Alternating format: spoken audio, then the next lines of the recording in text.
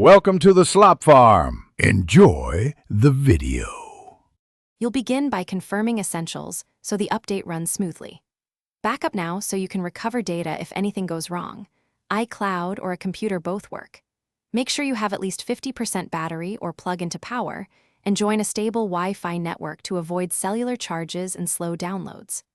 Once done, free a couple gigabytes of storage by removing large unused apps or media so the installer can unpack and begin without interruption.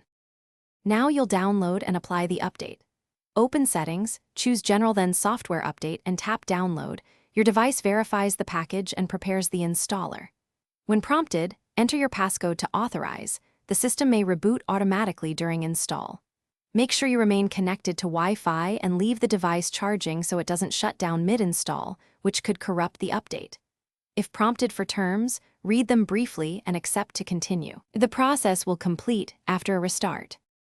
After your device restarts, follow the on-screen setup to finish configuration and sign back into your Apple ID so services resume. Check the App Store for app updates and glance through key settings like Wi-Fi, Bluetooth, and privacy to ensure nothing changed. If the update fails or the device freezes, restart the phone and attempt the update again.